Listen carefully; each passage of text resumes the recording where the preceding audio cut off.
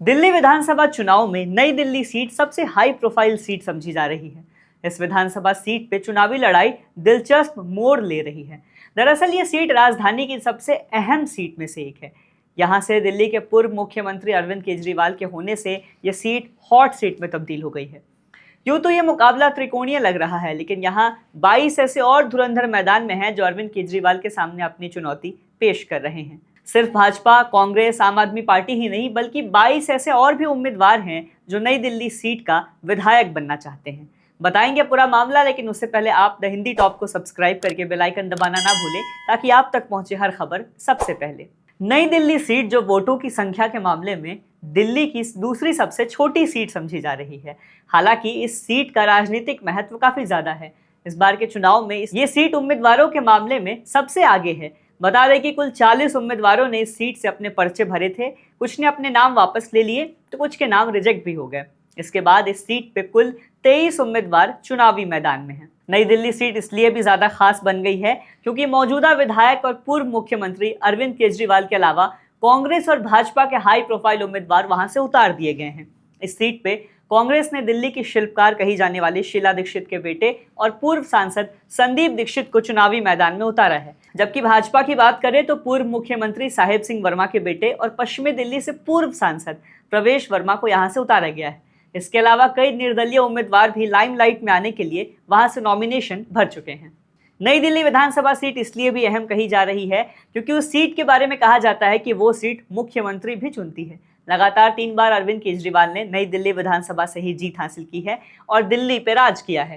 केजरीवाल से पहले शीला दीक्षित भी इसी सीट से विधायक हुआ करती थी। वो भी लगातार 3 बार की मुख्यमंत्री रही हैं। ऐसे में इस साल के दिल्ली चुनाव में केजरीवाल को 2 पूर्व मुख्यमंत्रियों के बेटे चुनौती दे रहे हैं।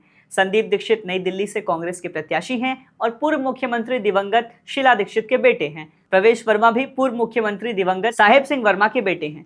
साथ ही दोनों सांसद भी रह चुके हैं। ऐसे में इस सीट पे मुकाबला काफी दिलचस्प हो गया है।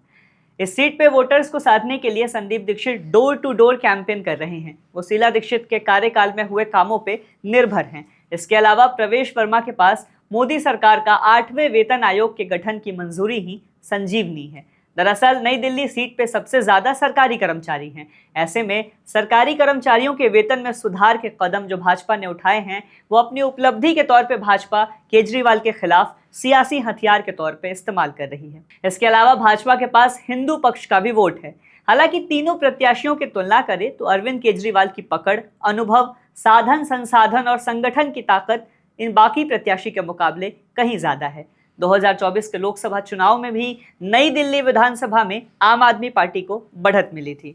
हालांकि यह बढ़त मामूली वोटों की ही मानी गई थी। 2262 वोटों से भाजपा यहां पिछड़ी थी। दिल्ली में 70 विधानसभा सीटों के लिए 5 फरवरी को वोटिंग होनी है, जबकि नतीजे 8 तारीख को यानी 8 फरवरी को सामने आएंगे। गौरतलब है कि 23 फरवरी को दिल्ली विधानसभा का मौजूदा कार्यकाल पूरा हो रहा है। उससे पहले ही राजधानी में नई सरकार का गठन होना है।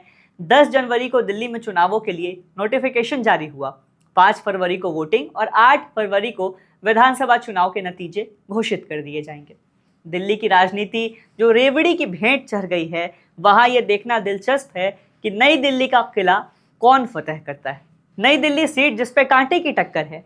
पिछले 2 विधानसभा चुनाव में आम आदमी पार्टी की लहर थी, लेकिन अब की यह बयार जरा धीमी मालूम पड़ती है। भाजपा ने अपने संकल्प पत्र में मुफ्त की रेवड़ी देकर जान झोंक दिया है। वहीं राहुल गांधी और कांग्रेस पार्टी लोकसभा चुनाव के बाद अलग ही रंग में है। शीला दीक्षित के बेटे को शीला दीक्षित के पुराने वोटर वोट कर सकते हैं। भाजपा को एंटी इनकम्बेंसी का फायदा मिल सकता है। लेकिन इधर केजरीवाल, जिन पे दिल्ली के हर तबके का भरोसा और विश्वास मालूम पड़ता है, वो भी कोई मौका छोड़ने को तैयार नहीं दिखाई दे रहे हैं। योजनाओं की बरसात, लगातार रैलियां, रणनीति को साधते हुए सीटों का बंटवारा और ऊपर से 10 सालों के कामकाज का मनोबल और तजुर्बा। नई दिल्ली की ये सीट और पूरे दिल्ली की जनता का मत फैसला उंगली पे लगी नीली स्याही 5 फरवरी को कर देगी। 8 फरवरी का इंतजार रोचक होता जा रहा है। फिलहाल इस वीडियो में इतना ही। वीडियो पे अपनी राय कमेंट करें, वीडियो शेयर करें, सब्सक्राइब करें द हिंदी टॉप। हम एक्स यानी ट्विटर, फेसबुक और इंस्टाग्राम पर भी फॉलो करें।